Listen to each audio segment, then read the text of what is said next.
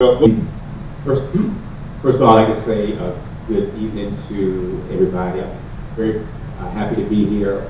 Thanks for the invite, and to answer your question is a very valid one. But for me personally, it matters a lot to me that I'm the first African American registrar in the history of the city, and I want people to actually Thank you. And I want people to see my face. I want people to know who I am, because I am the face of voting, and I believe in outreach. I believe in going out to the communities, talking to people about voting, because I'm passionate about it, and I want to spread that passion to the residents of this city. So, if there's an event, it's big or small, I got the time, I'm going to be there. That's a good point you made about family, because, my wife is texting me going, how much longer? I'm like, no, I'm good. I'm with family right now, so I actually want to shout out Mr. Gaines back over here, because it's one of my election officers. I believe you're the chief down here at Blackwell, right? Oh yeah. He does a great job. He's been with us for a number of years, and I actually started my career as an election officer, so I know everything that you do on election day and how much work is involved. But yeah, I think for me personally, you just have to care. And I care about my community. I've been here since 1994. Graduate of VCU, went to J. Sergeant Reynolds, and you have to love the city, you have to love the community, and you come out, and that's why I'm here. I think the biggest thing, I spoke on this a couple of weeks ago. I think the biggest thing is just have to engage. But as you do it, and I told him, I'm like, you gotta treat me like I'm human. That, and again, it's not because of any position or title or whatever else. And I went through thoracic surgery, and they removed a third of my lung because I was diagnosed with cancer. And this one group just, can you make this meeting? I'm like, no, I can't make this meeting. I don't know if we can do it. Well, we need you to be there. I'm like, no, I really can't. I hadn't even told my church that I was going on sabbatical. Right? I hadn't told them. And so they were so unrelenting. So I'm like, man, I ain't got to pick up the phone. I don't. Especially you don't live in the 9th District. And you just coming at me and you don't want to respect that fact. I'm good. And so engage politicians and people that serve in other areas with the same respect that you want. Yes, I'm elected. Yes, I get that. And yeah, you may have voted for me. And yeah, you can withdraw your vote, but can we have a talk? Can we have a conversation? Can we have a relationship? I'm here tonight because I gave Chipman a hard time. I'm like, man, bro, how you having a conversation about the South Side? You ain't talking about Mike Jones. And so, but no, and I held him accountable. I'm like, bro, he's like, all right, here's our plan. I'm like, all right, cool. Because I'm vested in the South Side, and not just the 9th District. I believe even if the 8th or the 6th, if they thrive, I thrive. If they win, I win. And so I'm just on this TI tip of just being king of the South, right outside all the clown gather. I want to see the South Side succeed. And so I believe as we make platforms for individuals to come and share, it's important. It's important. So just as nice, my mom always said, you can get catch a whole lot more bees with honey and flies with honey than you can with vinegar. And so, just build those relationships, and then the folk that'll come, they'll come. And then just keep asking and keep asking and keep building, but keep on moving in spite of who does and doesn't come. I don't know who came and why they didn't come. I know why I'm here. There's no way I could have said no after I gave you the hard time that I did. No, but real talk. Yeah. So because Amen. Of our relationship, I'm here. And even without that, because of our relationship and the mutual respect, because we haven't always been on the same side of an argument. And that's okay, but this is my brother. I respect his advocacy. I respect his hustle. I respect what he stands for. And so all you got to do is just ask me. And if I can make it, I'm going to be here. And so gas prices are high, so I was over on Lee Street. I had to come over here. I'm like, man, So, but no, I think the biggest thing, I'm compelled because I love Southside. I want to see us win. And I just love to engage and talk about it. So a great part of engagement and accountability is, it's not always voting. So it's really encouraging to see you here, Registrar Balmer as well, because it's greater than just an election. You can't be away from the cries of the people all for 4 years and then try to turn around a couple. So I'd be interested in just hearing, also just first of all, as a history maker, congratulations. What has been your journey and your passion into why you were interested in becoming registrar, and what are some of the ways that you were seeking to ensure the process and accessibility to voting, expands in our city? Thank you for that. My story traces back to, my father served as an election officer for many years, and unfortunately in 2010 he passed. But I just remember him getting up and working together at 4 o'clock in the morning to go, and he'd come back at like 9, 10 o'clock at night. He'd never do that. Wow, that's a lot of work there. But when I was home one day, shortly after he passed, and the lady who worked in the voter registration office, who was in charge of staffing the polling locations, called, and she called because she was looking for my dad. She was asking if he was going to work this election. So I had to let her know that unfortunately my father passed. And she said, well, I'm sorry to hear that. And then she immediately turned it back to me and she said, well, what are you doing on election day? I'm not doing anything. She says, well, why don't you come down to the office and talk to me? So I go down to the registrar's office and I have a conversation with her, and she was just the nicest person. She was so engaging, and she got me excited about working an election, something that I said I was never going to do. And that day that I worked, I did work, I felt like I worked in honor of my father, and I had a great time. But I also, as I was walking out of the registrar's office, I was approached by someone who worked there, who just so happened to hear our conversation, and she just asked me out of the blue, she said, are you employed right now? Are you looking for a job? And at the moment, I was not employed. And I said, well, actually, yeah. So she said, give me your information and we'll talk. And that conversation that I had with her led me to be hired for the registrar's office.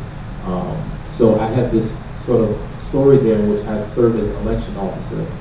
I also worked for the registrar as a technician who went out on election day and was a problem solver.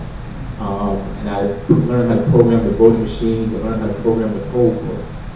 Then an opportunity presented itself in Alexandria, which I took, and I went up to Alexandria for a year, and I learned the absentee process.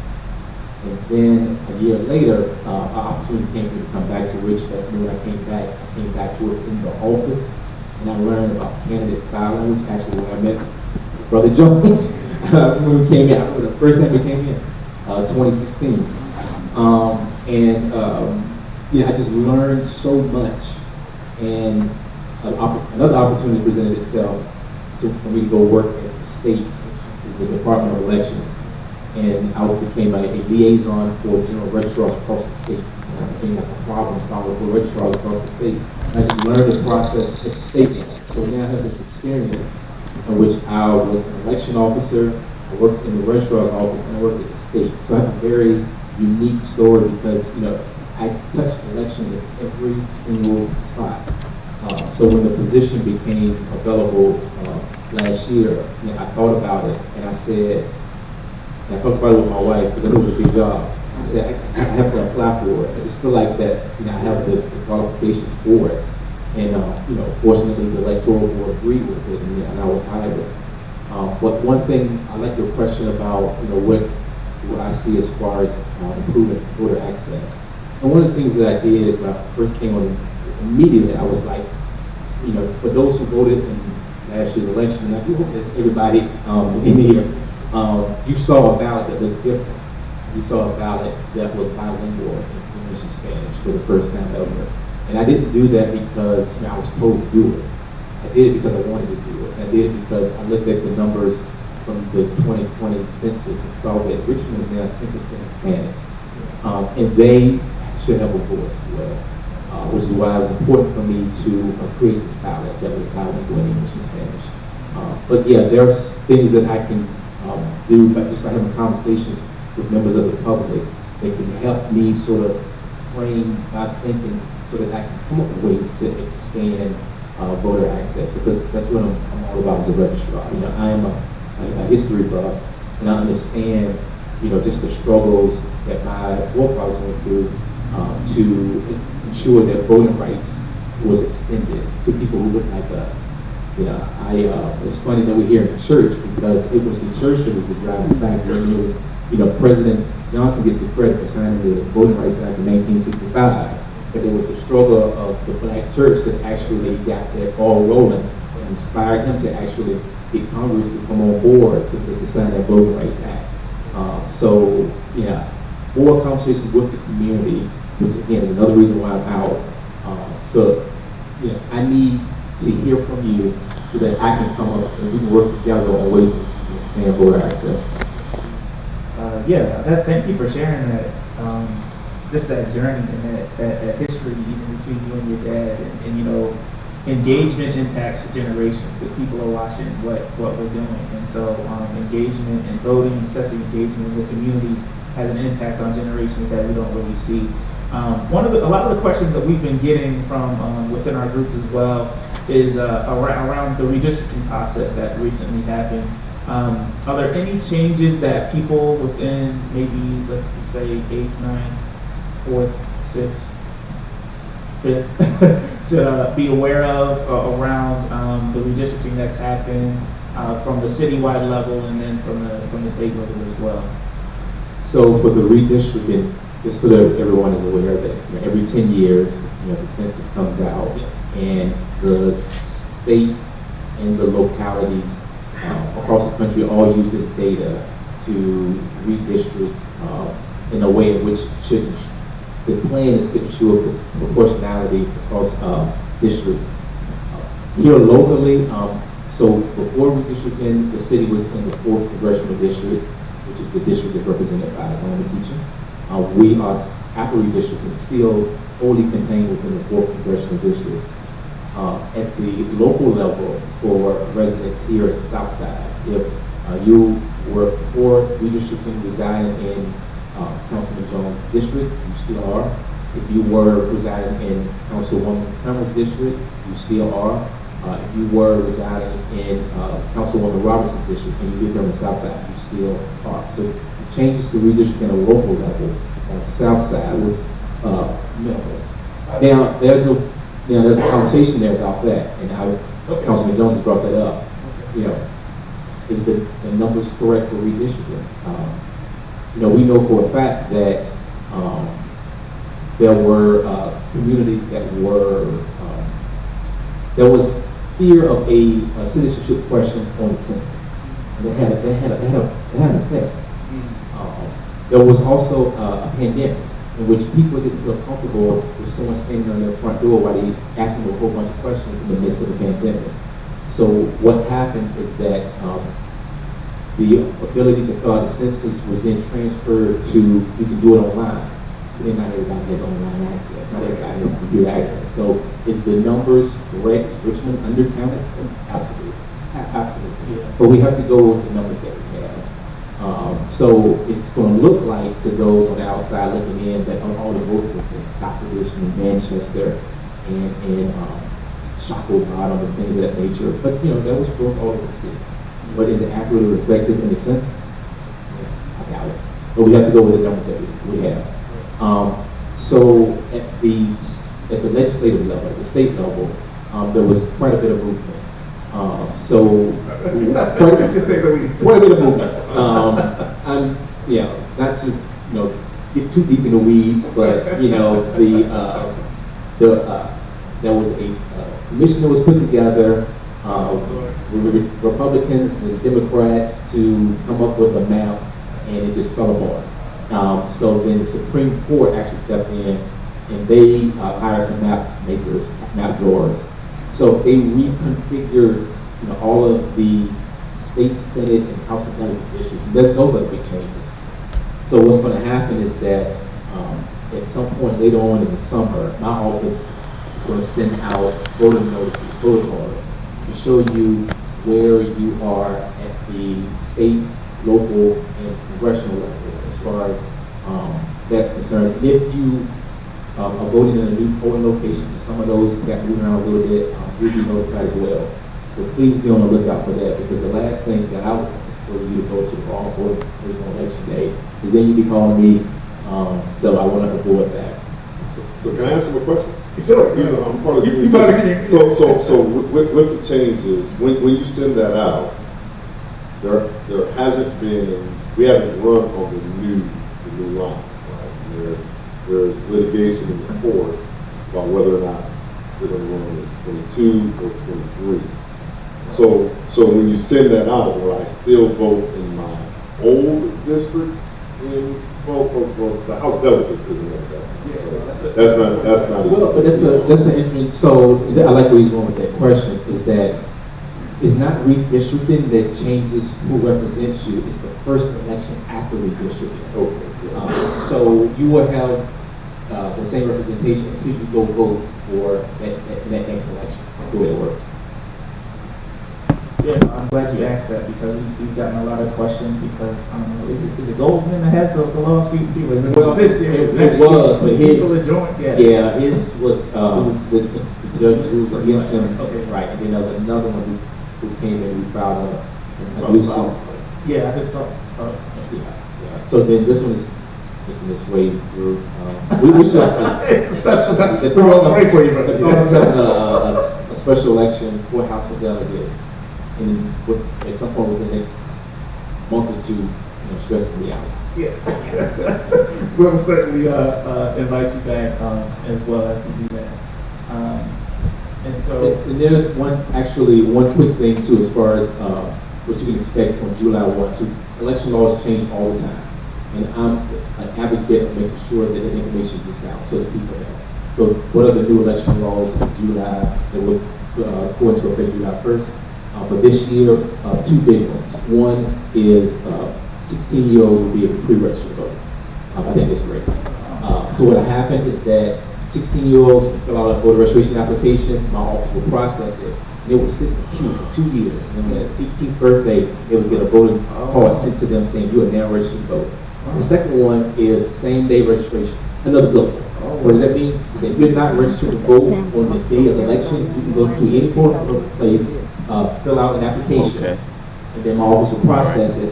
You'll vote a provisional ballot. If everything is all good, you're not, have an active felony conviction, then the electoral vote will count it out. So that's two new changes that I think are positive. I just have one more question for Councilman Jones, because I know this is something that came up a lot during our last community discussion. Some of our Latino friends are under the weather and weren't able to make it, but I know that they had a lot of questions and concerns around the conditions of our residents living in Southwood apartments. I know that you wrote in support and asked for an investigation as well. Are there any updates on kind of where that process is, or the city's efforts to bring landlords into compliance that would be helpful for our residents in their neighborhoods? We literally just had a meeting today with the folk that was in the majority, and a representative from Southwood, the lawyer. And there were a couple residents from Southwood there, and I would be lying if I said they're making the type of progress that's necessary. And that's just my opinion. And I shared that with them as I was leaving. That 1,300 units, I don't care if they have 13 units. They have a responsibility as a landlord to provide a clean and safe environment. People live in, regardless of who they are with. Some of what I've heard is offensive. Just has been. And the thing I shared with them today is, I think y'all gonna fix this stuff, because if as I get involved, it's legislation. And so, you know, unfortunately, the General Assembly was unable to pass some things we've been vying for, as far as, you know, tenants' rights and landlord registries and different things of that nature. Because what is going on out there is horrible. And I'm just black and white guy. If the landlord's responsible, fix it. If the tenants are responsible, they fix it. But from what I've seen, the majority of it is not natural wear and tear. The majority of it is not tenant's responsibility. It just is. Now, yeah, if I set a fire, I'm responsible. I gotta fix that.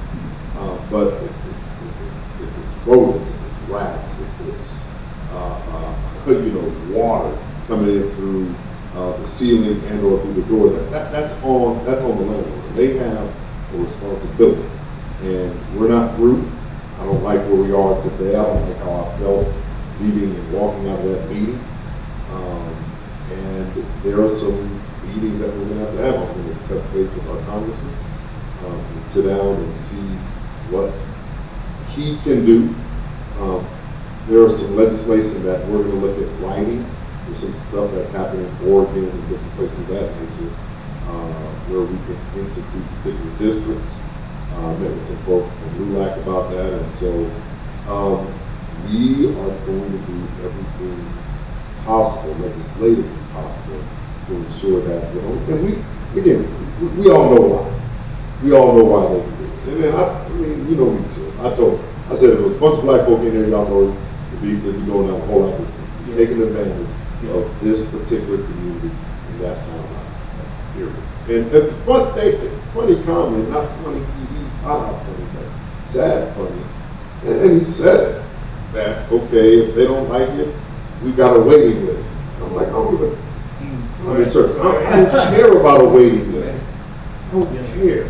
There's a waiting list because of circumstances with the housing market of Virginia and Richmond, certain circumstances that individuals find themselves in trying to live out their life. I believe housing is a human right.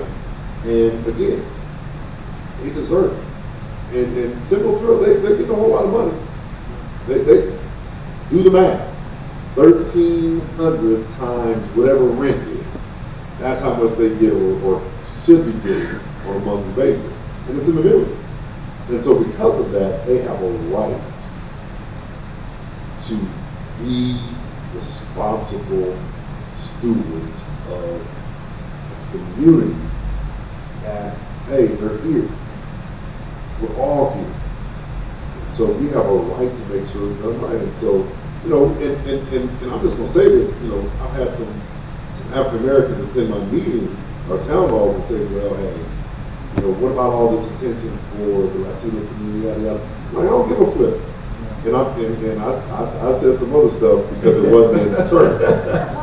You know, and then I went church on them because I said, look, y'all, the Bible tells us that we are to treat people a certain way because we were once a foreigner in this land. Yeah. And so why blacks and Latinos don't rock together is beyond me. It's like who's the flavor of the month, right? And so we all fight the same fight, all going through the same struggle, and we in this thing together, whether we speak English, whether we speak Espanol, no matter what, we gotta fight together. And so I'm in it with them, and I wasn't pleased by what I heard today. I just wasn't. And so I wish I could give a better update. But we're going to continue to keep code enforcement out on our end because they actually went out in December and turned around a report within 3 days. Okay. They kicked, and I was happy that they did. Shocked, but happy. Right? Yeah. And they kicked it out because they saw the seriousness of the issues. And so there are about 60 units that are still being dealt with. There's another 60 that New Virginia majority still needs to turn in. But my heart breaks, man. I went on a tour with New Virginia majority and I left. I just stopped because it was that bad. My heart broke to see small children living in some of the situations that they're living in. And it's criminal. Well, thank you for letting us know about that. Thank you to everyone who's joined us. Please give a special thanks to Councilman Jones and Registrar Brown as There you go. well. And then, exactly that solidarity, and as Dr. King says, we are all intertwined together in a mutual bond of destiny is why we started the Afro-Latino Coalition. Because we know that, there are areas where we as Black people, as you said, if it was us, we knew it would be different. And so how do we leverage even some of that privilege of citizenship towards some of our brothers and sisters who are getting taken advantage of? And so we are trying to have a everyday practice in solidarity and expanding what we're able to accomplish together. We're here, we're neighbors. And so much of what, because we're both liberation theologians, right? That's right. It wasn't James Cone that necessarily, he started Black theology, but Gustavo Gutierrez started the liberation theological movement. Yes, so indeed. it's rooted in Latin culture. That's right. That's right. So, yeah. Yes, indeed. I was just teaching a class where I quoted Gustavo Gutierrez. So we are more connected than we are divided, and so we want to continue with that. And so, for everyone who's listening, and for everyone in the room as well, thank you for everyone who has attended our community conversations. Our next steps are forming actual working groups on issues. So, housing and tenants' rights is one of them that came up. So, in any ways that we can help with organizing whatever you're talking with our congressman about, and we do have some people within our network who are with New Virginia Majority as well, so we're looking to collaborate on that. Transit and infrastructure is a continuing working group as the September 15th deadline is approaching for the Safe Streets for All Act. I hope that we can continue to meet and find some ways to move that forward for our city. And we're also talking about climate resiliency and green space, and so we'll be participating with some of our friends from Southside Relief. So for anyone who is listening, who's interested in joining one of these working groups in some of the areas, economic development is another one of those as well. Please reach out to us. You can contact us, and we'll also be sharing in our next meetings how to have these working groups. So we're going to be having subject matter experts and people who are leading in these areas and ways that we can join and support them. And of course, we got to talk about the fun. How do we bring our cultures together? And so we want to have a Afro-Latino Unity Fest as well. Get some of our Black businesses and Latino businesses together and ways that they can thrive during this economy. And so thank you, everyone. Our next transition will be towards our working groups. And so we look forward to participating with our officials that are community-minded and are showing up for us. So thank you so much. And do you all have any parting words you want to say?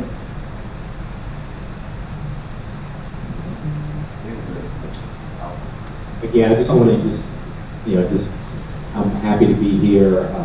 I'm still new in the job, been doing this for a year. But I appreciate all of the work that you're doing, and I'm a fan of you. I just met you tonight, and don't be surprised if I showed up in one of your 1:30 p.m. services. Hey, there you go. But I just want to thank you for the invite and just the opportunity to be here and speak to everybody. I think this is great. And as well, I want to thank you for the opportunity to share and to listen and the experience. I mean, even to hear, about my brothers, we're giving them a hard time, not letting them stop. But I'm encouraged by the fact that I didn't even think about the fact that he was the first African American registrar in the city. That's huge.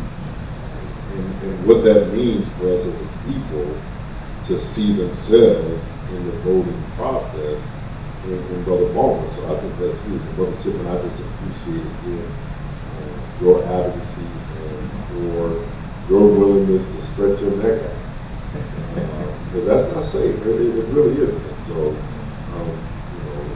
my hat's off to you. You put a target on your back when you step up and speak out. Because the reality is this: Martin Luther King wasn't killed for preaching. He's around. Martin Luther King wasn't killed for preaching because it brought about change. And so, people that kill him trying to quote his sermons right now, so you know what it was doing. Right? So, but I just want to thank you. Okay, and so we're going to have a song, but before I do, I have to thank Deacon Phil for making all of this available for live stream, for all the people who wanted to join. I want to thank Deacon Danny, Brother Rodney, Bishop Moore, Amanda, Sister Pearl, and so many other people, Mara and Myra, Jay, everybody in our group who wasn't able to make it tonight. Some of them recovering, so speedy recoveries to them. And really, I think just the spirit of this is really what Registrar Balmer kind of shared. With you being the first African American registrar in our city, one of the first initiatives that you really wanted to focus on was making sure that the ballots were bilingual, right? Using your opportunity to not just bless your own community, but for everybody that we can help lift up. That's what we really try to embody. So much respect to you. And any ways that you need another platform for whenever get closer to elections, whatever you need, please let us know. We'll try and fit you in to whatever you may need. So we also have some gifts for you all. Okay, so Sister Pearl is going to give these to y'all as well. Indeed.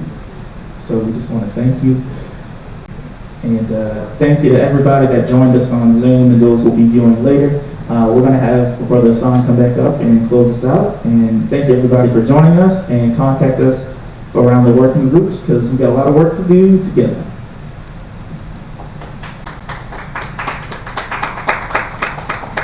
We are so thankful for our stage participants, for everyone who was a part of this conversation. One more time, just give yourselves a round of applause.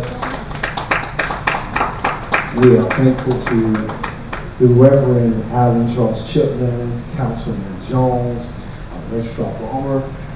We are thankful to all of you, Ms. Wise Pauly. I would like to make everyone aware that along with Sundays at 1:30 p.m., you can also worship with us in noonday prayer on Wednesdays at 12 p.m. We are here, right here in this very building, every Wednesday at 12 p.m. and every Sunday at 1:30 p.m. You can connect with us on social media, Destiny Community Church _ on Instagram, and Destiny Community Church on Facebook. Once again, we are so grateful that the Community Conversations was brought to Destiny. Once again, we are all family, and we are going to keep this going.